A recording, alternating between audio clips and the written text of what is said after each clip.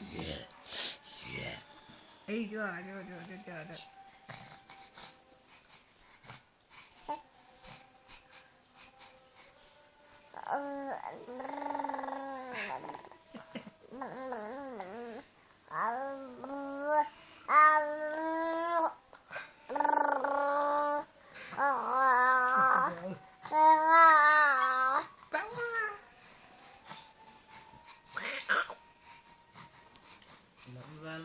खेलने लग गए। पहले जंगल मस्तियां कर रहे थे तो